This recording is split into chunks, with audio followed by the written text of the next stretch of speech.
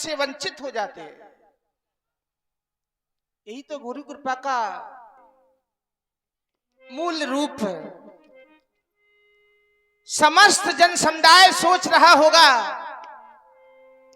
क्या निज प्रति हमें गुरुदेव भगवान की आज्ञा मिलती होगी तभी हम संध्या वंदन करते हैं। ऐसा नहीं। आज हमारे गुरुदेव भगवान ने हमें क्यों आदेश दिया? विचार करने की बात। कर भोजन मुनि बर विज्ञानी, लगी कहन कछु कथा पुरानी। भोजन करने को उपरांत पूज्य गुरुदेव भगवान कथाएं सुनाने लगे। कथाएं सुनाते सुनाते समय का कुछ पता ही नहीं चला कि कब सायंकालीन हो गया। गुरुदेव भगवान ने देखा सायंकालीन का समय है, ये दोनों बंधु कथा में मग्न हैं। कहीं ऐसा ना हो कि ये कथा ही सुनते रहें और संध्या का समय निकल जाए। हल्का ट्रेवल डाल दो।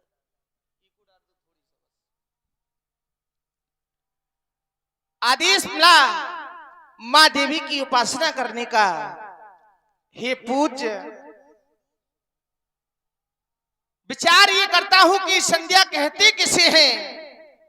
तो विद्वानों के द्वारा बताया गया, संध्या प्रकारेण आत्मा नाम परमात्मा नाम हयंती योगी नाम यस्यायाम सह संध्या। जिस समय योगी लोग अपनी आत्मा में उस परमात्मा का ध्यान करते हैं, ऐसे सुंदर समय को हम संध्या कहते हैं। कुछ विद्वानों के द्वारा और भी मंत्र प्रस्तुत किए गए। जब पितामह ब्रह्मा ने 10 मानस पुत्रों को जन्म दिया तो उनके वाम भाग से कन्या का जन्म हुआ। वह कन्या उस ब्रह्मलोक से अग्नि तल पर आने लगी जहां पर सप्त ऋषि यज्ञ कर रहे थे।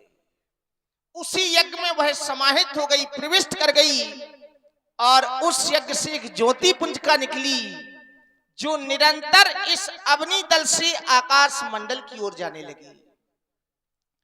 भगवान भास्कर ने देखा हमारी आभा को, हमारी कांति को ये लज्जा देने वाली ज्योति पुंजिका कौन? तो उठाया अपना अस्त्र और उस अस्त्र से उस ज्योति पुंजिका के 3 भाग कर दिए। प्रथम भाग को रथ के आगे की ओर लगा लिया और द्वितीय भाग को रथ के मध्य भाग में लगा लिया और तृतीय भाग को रथ के पीछे की ओर लगा लिया। जिस प्रकार से भगवान भास्कर का रथ उदयाचल से अस्ताचल की ओर चलता है, उसी प्रकार हम प्रातकालीन संध्या और मध्यकालीन संध्या और सायंकालीन संध्या करते हैं। कुछ लोग कहते हैं हम पूजा तो बहुत करते हैं लेकिन फल नहीं मिलता है। फल क्यों नहीं मिलता है? या तो आपकी पूजा सफल नहीं है या उस तक पहुंच नहीं है। 2 ही कारण है। बताया गया कि निर्मल मंजन सोमोह पावा, मोह कपट छल छिद्र न भावा। चतुर्थ काल की संध्या जो रात्रि काल में की जाती है,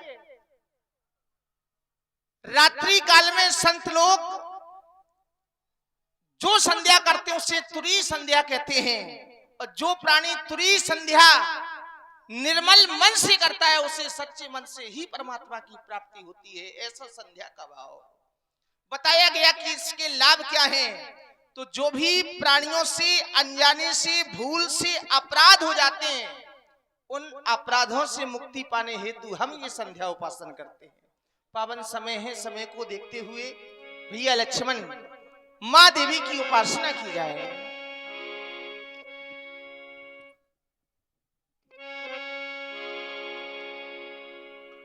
किया देवी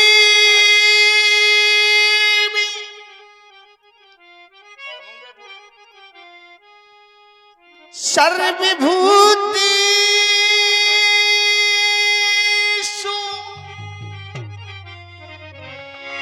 संध्यारू पेश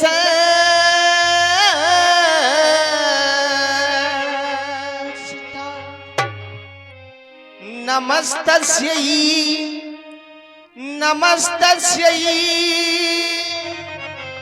नमस्तस्यै नमो नमः।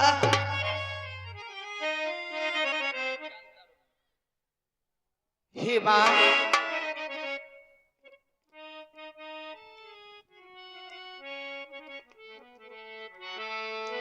आज हम दोनों बंधु आपके समक्ष में आए हुए हैं मां, की भेंटी अर्पण करे मां तुमको, मन की सुमन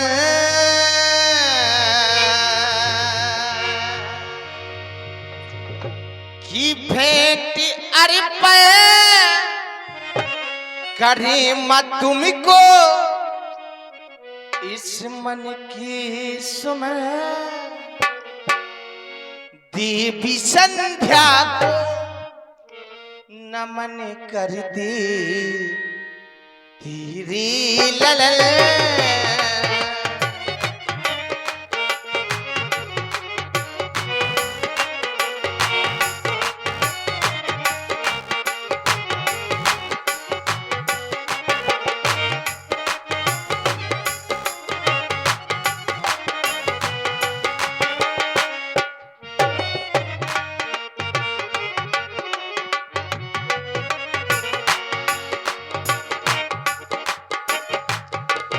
और मां, हमने ऐसा भी जाना है, शांति सुख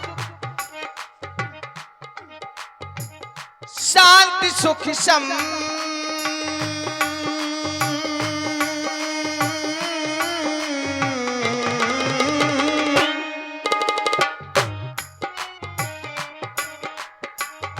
शांति सुख सम प्रदा गुण ज्ञान देने वाली हो, सरस रसशीलता प्रदान करने वाली हो।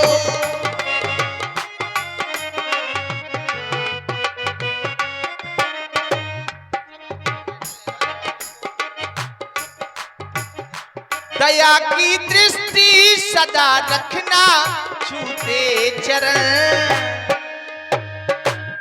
आज दया की दृष्टि करें मां, दया की दृष्टि सदा रखना छूते चरण। देवी संध्या को नमन करते तेरे ललल।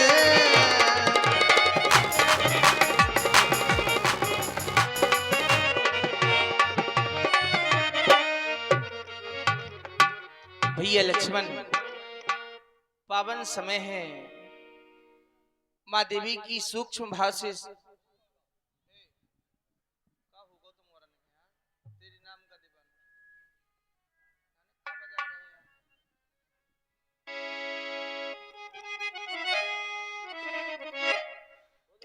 किया वो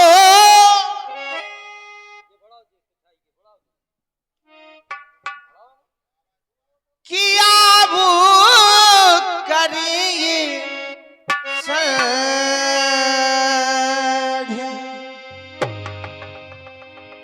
संध्या कर ले भैया, जग की है ये तो मैया संध्या।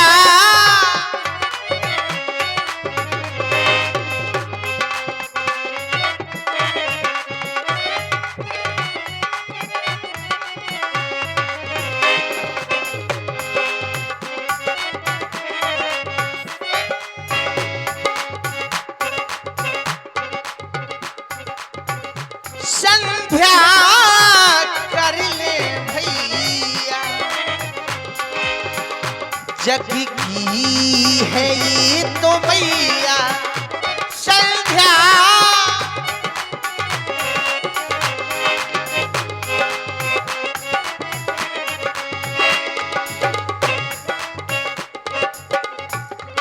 और वहां श्री श्रद्धा सुमन माँ में अर्पण धीरा ही ध्यान माँ उर में धरू श्रद्धा।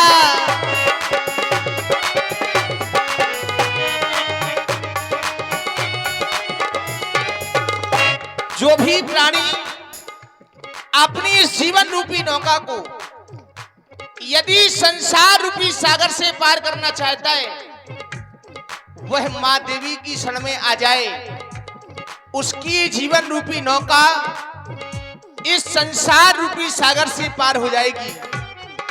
ऐसा प्रभाव मां संध्या का।